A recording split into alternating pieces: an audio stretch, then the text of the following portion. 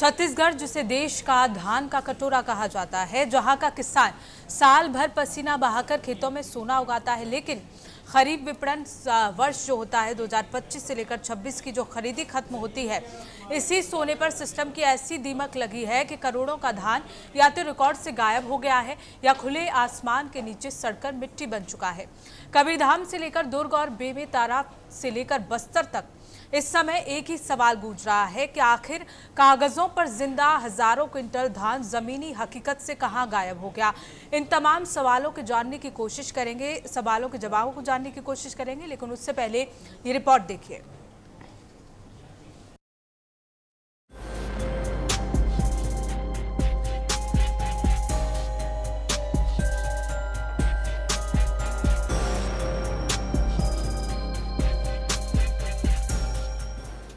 सच्चाई जानने जब मीडिया की टीम सूरजपुर, पैड्री कला, जुनवानी, रणवीरपुर और समनापुर जैसे धान उपार्जन केंद्रों पर पहुंची तो वहां सिर्फ सन्नाटा पसरा था।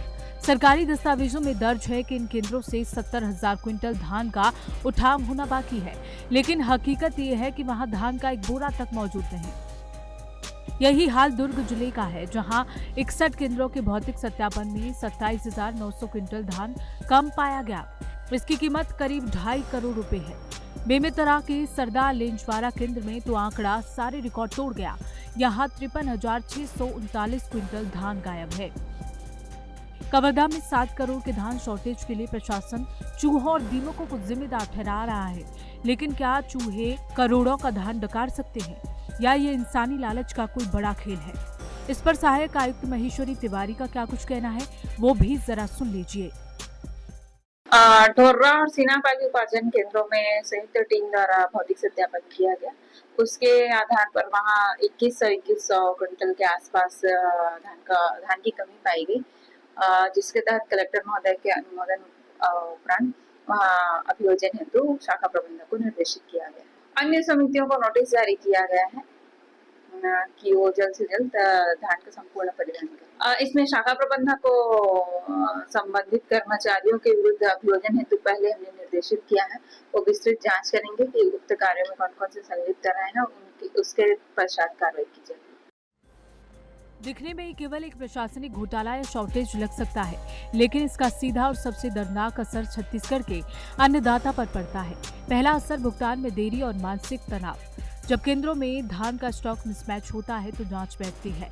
इस जांच की आड़ में कई सोसाइटियों में किसानों का अंतिम भुगतान अटक जाता है। किसानों को अगली फसल की तैयारी के लिए कर्ज लेना पड़ता है।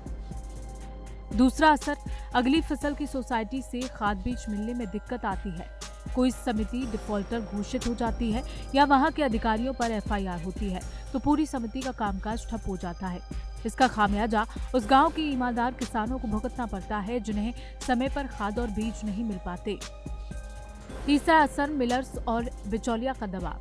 संग्रहण केंद्रों में धान सड़ने और मिलिंग में देरी का बहाना बनाकर अक्सर राइस मिलर्स धान की गुणवत्ता पर सवाल उठाते हैं। नुकसान की भरपाई के नाम पर अगले सीजन में किसानों के धान में कटौती की जाती है और उनका धान औने पौने दाम पर तोलने की कोशिश होती है। आखिर इस बर्बादी का जिम्मेदार कौन है? इसके 3 मुख्य विलेन सामने आए हैं। पहला, धीमा उठाव, जहां राइस मिलों ने समय पर धान नहीं उठाया। दूसरा, अव्यवस्थित भंडारण, जहां बिना तिरपाल और ड्रेनेज के धान खुले में सड़ने के लिए छोड़ दिए गए। और तीसरा, अवैध रिसाइकलिंग, जिसमें दूसरे राज्यों के सस्ते धानों को छत्तीसगढ़ के कोटे में खपाने का खेल किया गया। हालांकि अब प्रशासन ने डंडा चलाया है। दुर्ग कलेक्टर ने प्रभारियों को 4 दिन के भीतर पैसे जमा करने या जेल जाने का अल्टीमेटम दे दिया है। धमधा के सीमित प्रभारी जेल में हैं। राज्य भर में 31 से ज्यादा अधिकारी कर्मचारी निलंबित हो चुके हैं। मुंगेली, धमतरी और रायपुर में राइस मिलें सील की जा रही हैं और ट्रकों की GPS ट्रैकिंग शुरू कर दी गई है।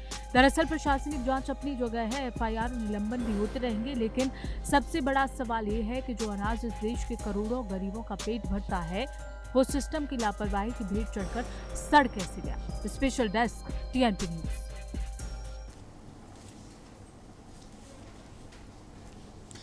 तो लगातार इस मुद्दे को लेकर कई सवाल यहाँ खड़े हो जाते हैं, लेकिन जवाबदेही अब तक किसी की सामने नहीं आई है।